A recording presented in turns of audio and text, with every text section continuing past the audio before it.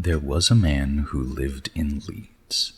He filled his garden full of seeds, and when the seeds began to grow, it was like a garden filled with snow. But when the snow began to melt, it was like a ship without a belt. And when the ship began to sail, it was like a bird without a tail. And when the bird began to fly, it was like an eagle in the sky. And when the sky began to roar, it was like a lion at my door. And when the door began to crack, it was like a penknife in my back. And when my back began to bleed, I was dead, dead indeed.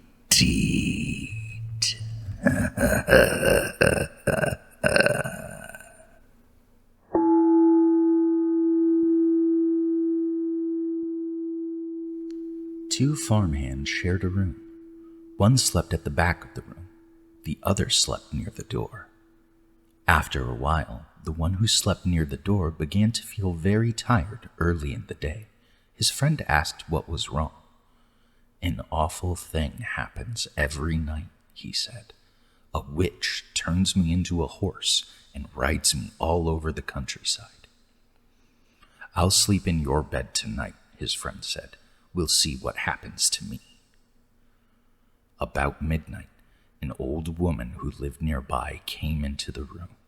She mumbled some strange words over the farmhand, and he found he couldn't move.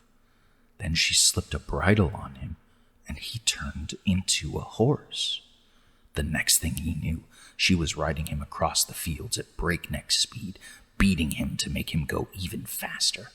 Soon they came to a house where a party was going on. There was a lot of music and dancing. They were having a big time inside. She hitched him to a fence and went in. While she was gone, the farmhand rubbed against the fence until the bridle came off, and he turned back into a human being. Then he went into the house and found the witch. He spoke those strange words over her, and with the bridle, he turned her into a horse. Then he rode her to a blacksmith and had her fitted with horseshoes. After that, he rode her to the farm where she lived.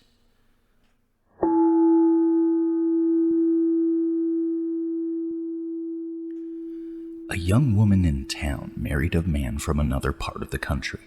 He was a nice fellow, and they got along pretty well together. There was only one problem. Every night he'd go swimming in the river.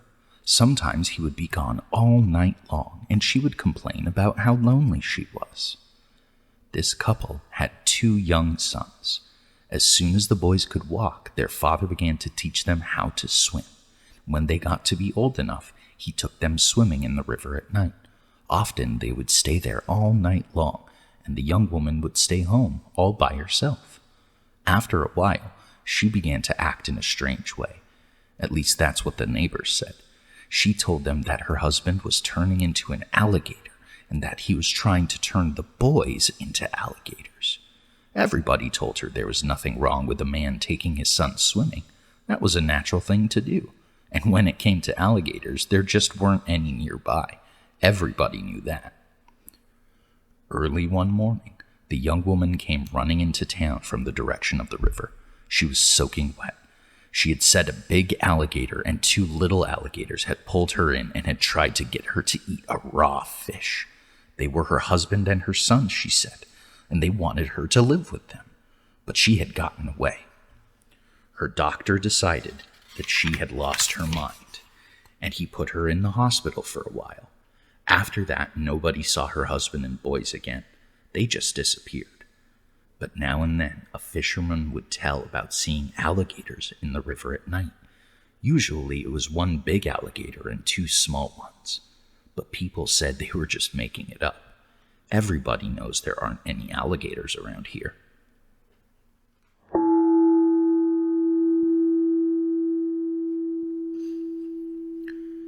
Sam Lewis spent the evening playing chess at his friend's house.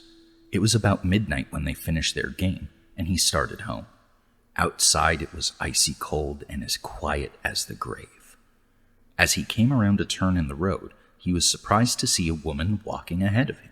She was carrying a basket covered with a white cloth. When he caught up to her, he looked to see who it was, but she was so bundled up against the cold, it was hard to see her face. "Good evening," Sam said. "What brings you out so late?" But she didn't answer. Then he said, "May I carry your basket?" She handed it to him. From under the cloth, a small voice said, "That's very nice of you." And that was followed by wild laughter. Sam was so startled that he dropped the basket, and out rolled a woman's head. He looked at the head, and he stared at the woman. "It's her head," he cried, and he started to run, and the woman and her head began to chase him. Soon the head caught up to him. It bounded into the air and sunk its teeth into his left leg. Sam screamed with pain and ran faster. But the woman and her head stayed right behind. Soon the head leaped into the air and bit into his other leg. And then they were gone.